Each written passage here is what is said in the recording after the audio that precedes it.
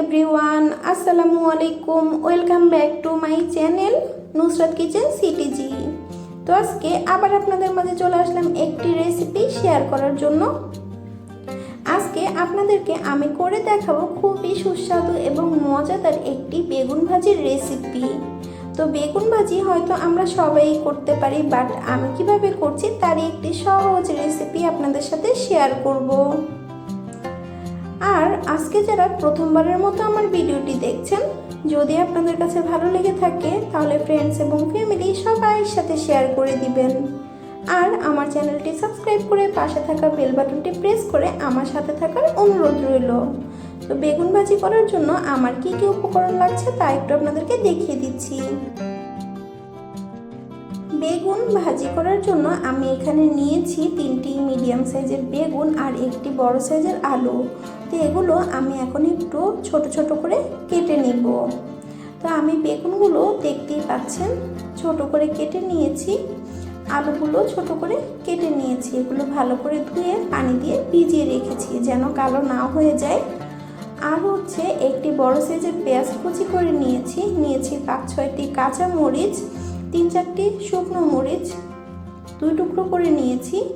আর নিয়েছি হাফ চা চামচ পরিমাণ আস্ত জিরা, আর নিয়েছি হাফ চা চামচ ধনিয়ার গুঁড়া, হাফ চা চামচের থেকেও কম মরিচের গুঁড়া, আর নিয়েছি সামান্য পরিমাণে হলুদের গুঁড়া, আর নিয়েছি পরিমাণ মতো লবণ, নিয়েছি 2টি ডিম, আর হচ্ছে নিয়েছি ধনিয়া পাতা কুচি, আর নিয়েছি সয়াবিন তেল। আপনারা চাইলে সরিষার তেলও ইউজ করতে পারেন। তো আমি এখন রান্না করার জন্য চলে এসেছি। প্রথমে একটি প্যানে নিয়েছি পরিমাণ মতো তেল।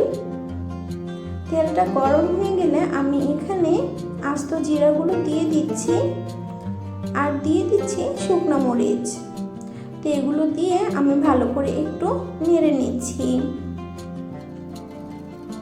এখন এখানে আমি পেঁয়াজ কুচিগুলো দিয়ে দিব।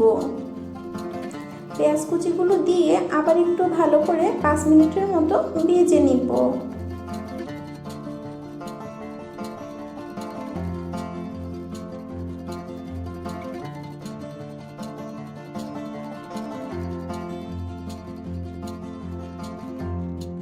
তো পেঁয়াজগুলো আমি একটু হালকা ভেজে নিয়েছি।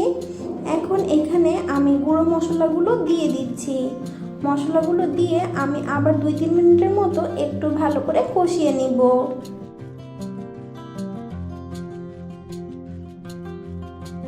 তো মশলাটা ভালো করে কষানো হয়ে গিয়েছে।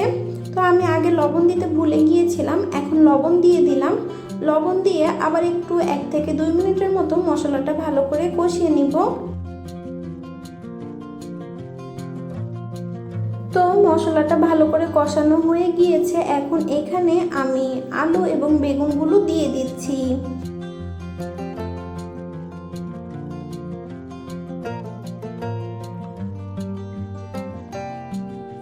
তো মশলাতে আমি আলু আর বেগুনগুলো দিয়ে দিয়েছি। এখন এগুলো ভালো করে একটু নেড়ে দিচ্ছি যেন বেগুন আর আলুর গায়ে মশলাটা ভালো মতো লেগে যায়।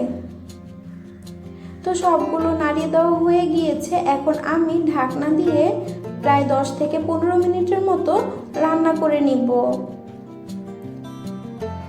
তো ফিরে আসলাম 15 মিনিট পর। দেখতেই পাচ্ছেন আলু আর বেগুন একদম ভালো মতো সিদ্ধ হয়ে গিয়েছে।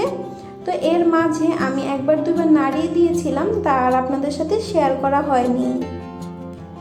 তো এখন আমি একটি কাঠির সাহায্যে মাঝখানে একটু ফাঁকা করে দিলাম, আর তেলগুলো সব মাঝখানে চলে এসেছে। এই তেলের উপরে আমি এখন ডিমগুলো দিয়ে দিব। ডিমগুলো দিয়ে আবার 5 মিনিটের মতো ঢাকনা দিয়ে রান্না করে নিব। তো ফিরে আসলাম 5 মিনিট পর। দেখতেই পাচ্ছেন যে ডিমগুলো একদমই জমাট বেঁধে গিয়েছে। এখন এগুলো আমি একটু নেড়ে দিব, নেড়ে বেগুন আর আলুর সাথে মিক্স করে দিব। আপনারা চাইলে আর একটু আগেও নেড়ে দিতে পারেন, ওই ক্ষেত্রে ডিমটা একদম সম্পূর্ণ বেগুন আর আলুর সাথে মাখা মাখা হয়ে যাবে।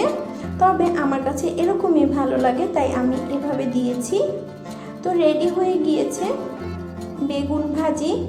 তো আমি এখন এখানে কিছু ধনিয়া পাতা এবং কাঁচামরিচ দিয়ে বেগুন ভাজিটা আরেকটু নাড়িয়ে চাড়িয়ে নামিয়ে ফেলবো। তো আমার মতো করে কেউ কি বেগুন ভাজি করেছেন কিনা অবশ্যই কমেন্ট করে জানাবেন, আর যদি না করে থাকেন তাহলে আমার রেসিপিটি ফলো করে ফেলবেন। আশা করছি আপনাদের কাছে ভালো লাগবে।